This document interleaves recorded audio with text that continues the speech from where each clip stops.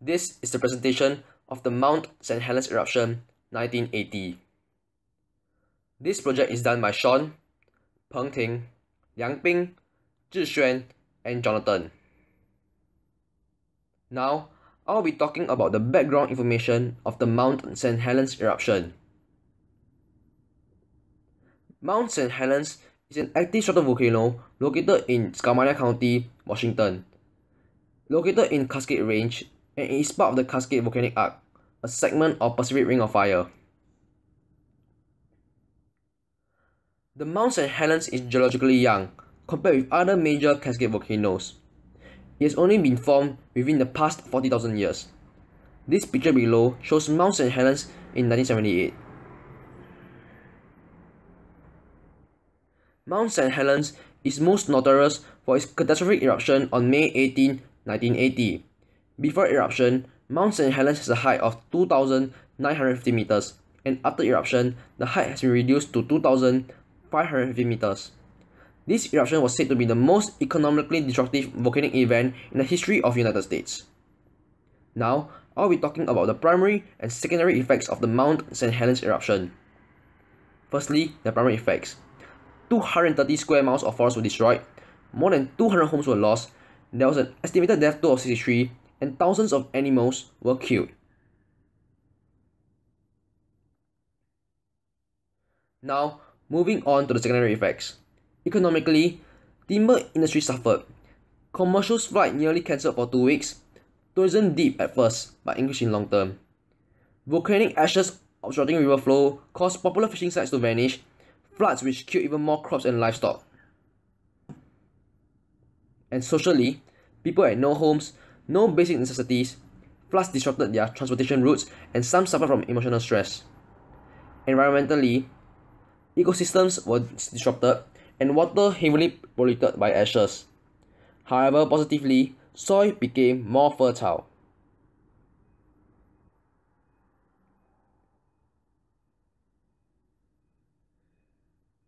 Now, there will be an interview of the Mount St. Helens eruption management strategy.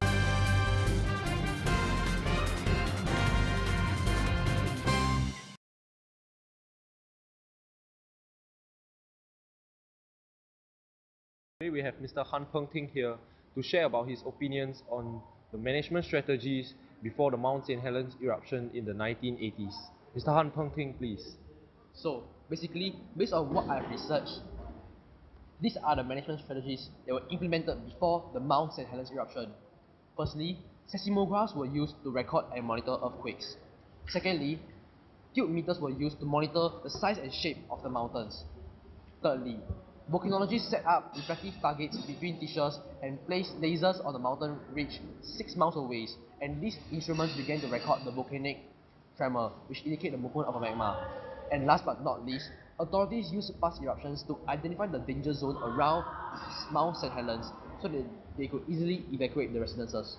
Well, based on the number of death tolls, how effective do you think the strategies were? Based on the number of death tolls, from what I've researched, it's around 60 plus, and this in comparison to other volcanic eruptions is relatively low. And secondly, these measures implemented help the people living there to know that eruption is imminent, so that they have more time to evacuate, which also play a part in their survival. Thank you for your time, Mr. Han Peng Ting.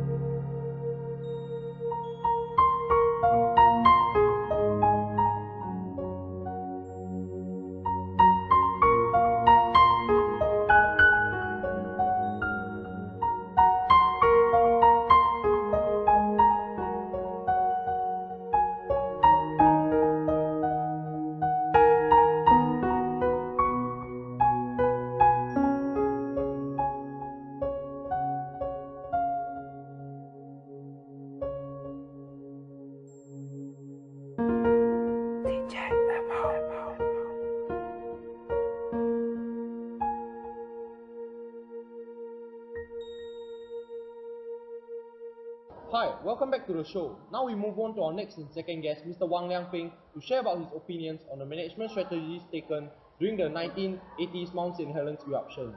Mr. Wang, please. Well, rescue helicopters were deployed to rescue people that were caught in the eruptions. A few other measures were carried out as well.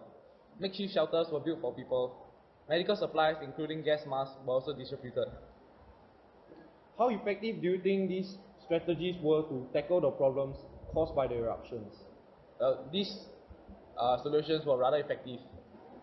The rescue operations saved close to 200 people, and temporary shelters allowed people who lost their homes in the eruptions.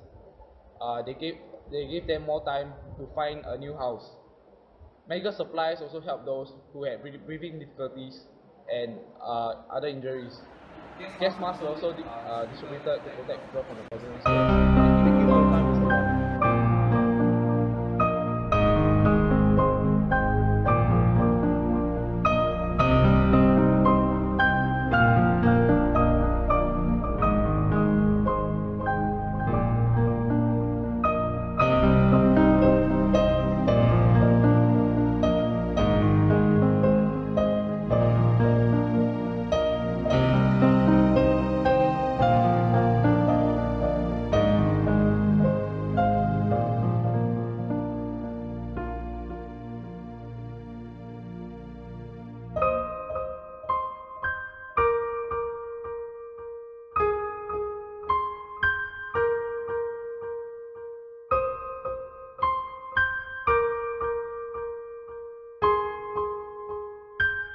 We now move on to our next guest, Mr. Li Zhixuan, and we're going to ask him about his opinions on the management strategies of the Mount St. Helens after its eruption in the 1980s. Mr. Li, please. Okay, so what happened was the management they replanted 10 million trees to recover from the losses, as almost all of the trees were burned or destroyed by the lava or magma that was released during the eruption. Not only that, plans are also made to ensure that death tolls or damages for future eruptions are kept to the minimum in case. And there are also plans that are made to warn and prepare residents that are out of the immediate blast zones, to teach them about the harmful effects of the ash clouds released by eruptions. A cleaning plan was also made to clear up the residue made by the eruption, such as 12 mobile street sweepers, 60 water or flush trucks, 25 large dump trucks, etc.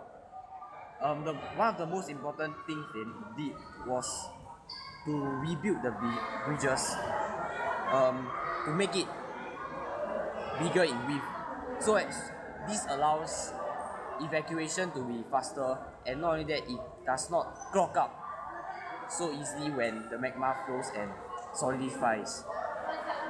Another important one is that the water plants near the volcanoes were re-cleaned, inspected, flushed, and re-lubricated to make sure that the equipment were in good condition, so as not to pollute the water that will be consumed by the residents.